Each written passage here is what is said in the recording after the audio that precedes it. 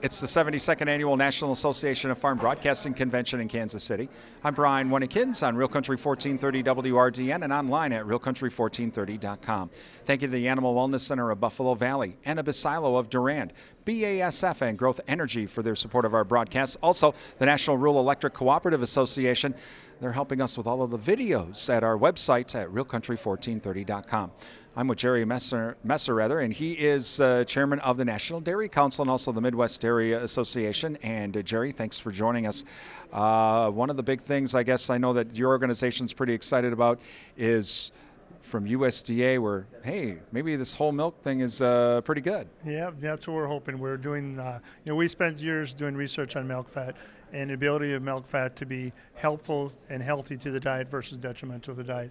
So it took a lot of time for us to get that through the channels and get the papers and what we needed to get the science behind it. So I think we're at that point now where we're starting to release those studies and starting to show that, yes, milk fat can be beneficial to you and not detrimental. And I think you saw that just in the last couple of weeks here where McDonald's has just rolled out where they're switching 100% of their retail of their stores over to real butter on all their menu items. So I think that's a huge impact for us as dairy farmers. It's going to mean about 600 million pounds of incremental sales of milk in those stores, and that almost equals what we exported last year. So that's a huge for us.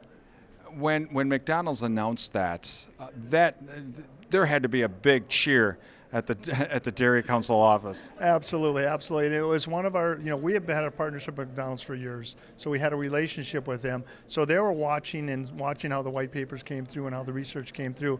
So once that gave them the ability to do that, it was a cheer to us because we finally had a sponsor who said, no, this stuff is actually beneficial and healthy for you, and we're going to start using it on our menu.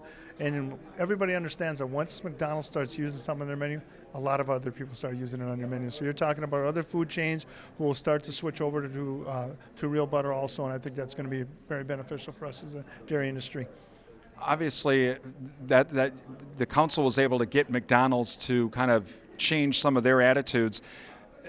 How is it though, what's the council trying to do to educate consumers? Because consumers have demanded Subway use antibiotic meat, which we know there's no such thing. Exactly. So how does the council work with consumers to educate them that whole milk is good, so is butter, chocolate milk is not bad for you? And I think it's one of those things where we're taking it a step at a time.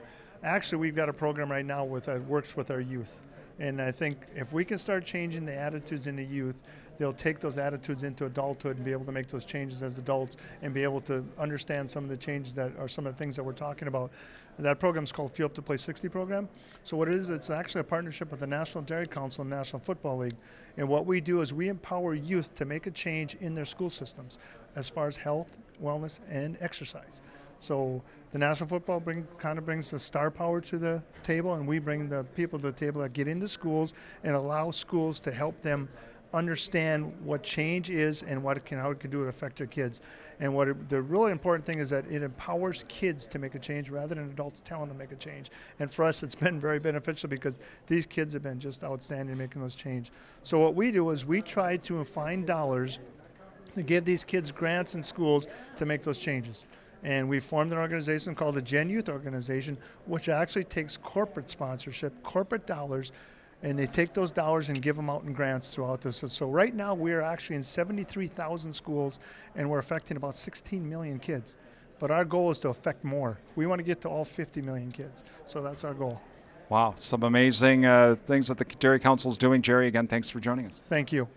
Jerry Messer, he is chairman of the National Dairy Council from the National Association of Farm Broadcasting Convention in Kansas City. I'm Brian Winnikins.